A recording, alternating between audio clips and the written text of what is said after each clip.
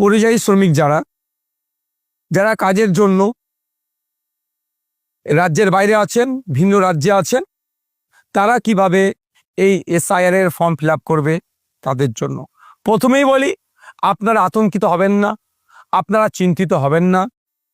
আপনাদের জন্য election commission of India guideline দিয়েছেন যারা ভিন্ন রাজ্যে আছেন বা বাইরে এই পরিযায়ী শ্রমিক হয়ে আছেন। ইলেকশন কমিশন অফ ইন্ডিয়া দুটো সিস্টেমে পরিযায়ী শ্রমিকদের ফর্ম ফিল আপের জায়গা দিয়েছে, একটা অনলাইন আর একটা অফলাইন। অনলাইনে আপনারা ইসিআই নেট অ্যাপ ডাউনলোড করে অনলাইনে সাবমিট করতে পারেন, যে ক্রাইটেরিয়া আছে সেই মতো আপনি সাবমিশন করতে পারেন। অথবা অফলাইনে বাড়িতে গিয়ে যে বিএলওগুলো, বুথ লেভেল অফিসাররা ফর্ম দিচ্ছেন, সেইগুলো আপনি আপনার পরিবার কালেক্ট করবে, আপনার পরিবার ফিল আপ করবে।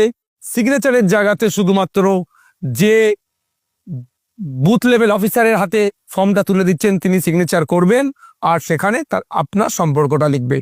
আমার ভিডিওটি যারা দেখছেন তাদেরকে আরো সহজ করে বলছি, যে গণনা ফর্ম আছে, নির্দিষ্ট ক্রাইটেরিয়া আছে। 2002 সালে যাদের ভোটার লিস্টে নাম থাকবে তারা কোন জায়গায় লিখবে নামটা, ফর্ম ফিল আপটা কোথায় করবে, এগুলো বিস্তারিত আমার পূর্বেকার ভিডিওতে দেওয়া আছে। আজকে আমার বক্তব্য, নির্দিষ্ট গাইডলাইন মেনে ফর্ম ফিল আপ করতে হবে।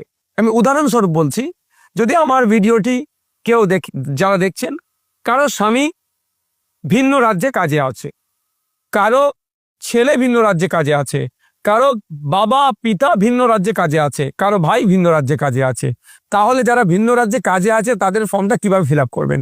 একজন মা তার স্বামী কেরলে কাজ করছে, সেই মাটির বাড়ি মুর্শিদাবাদে, মালদায়, দিনাজপুর, হাওড়া, হুগলি, যে কোনো জায়গা হতে পারে।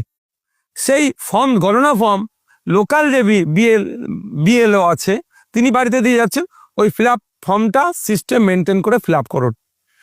শুধুমাত্র যেখানে সিগনেচার আছে সেই জায়গাটি আপনার স্বামীর নাম লিখবেন না। মা, আপনি ফিল আপ করে আপনি যখন জমা দিচ্ছেন আপনার নাম লিখবেন, আর আপনার স্বামী যেহেতু হয় ব্র্যাকেটের সম্পর্কটা স্বামী বলে উল্লেখ করুন। অনেকে পিতা কেরলে, কর্ণাটকায়, তামিলনাড়ু, সাউথ ইন্ডিয়ায় বা বিভিন্ন জায়গায় কাজ করছেন, সেক্ষেত্রে কি হবে? বা দেশের বাইরে কাজ করছে, তো সেক্ষেত্রে কি হবে? যার ছেলে বা যার পিতা ভিন্ন রাজ্যে কাজ করছে, পিতা বাইরে কাজ করছে, এখানে ছেলে, সাবালক ছেলে টোটাল ফর্ম ফিল আপ করবে। সিগনেচারের জায়গায় ছেলে তার নিজের নামটা লিখে সই করবে, আর যেহেতু তার পিতা হয় পিতার সম্পর্কটা ব্র্যাকেটে দেবে। অথবা কারো ভাই আপনার মহারাষ্ট্রে কাজ করছে, তাহলে দাদা ফর্মটা ফিল আপ করছে, দাদা টোটাল ফর্মটা ফিল আপ করবে।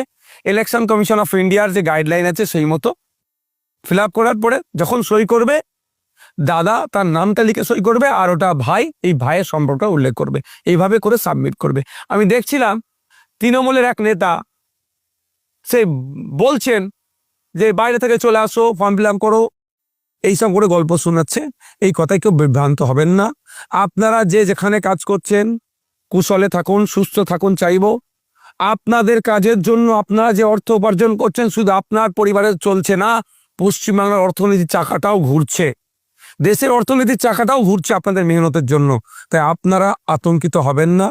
আপনারা যেখানে কাজ করছেন মনোযোগ সহকারে কাজ করুন, ভালো করে কাজ করুন, সুস্থ থাকুন, আপনাদের পরিবারের লোকদেরকে দিয়ে ফর্মটা ফিল আপ করে জমা করুন। তবে একটা কথা, বুথ লেভেল অফিসার আপনার বাড়িতে ফর্ম দিয়ে যাবে, আপনাকে কোথাও যাওয়ার দরকার নেই। আবার বুথ লেভেল অফিসার আপনার বাড়ি থেকে ফর্মটা কালেক্ট করে নিয়ে যাবে।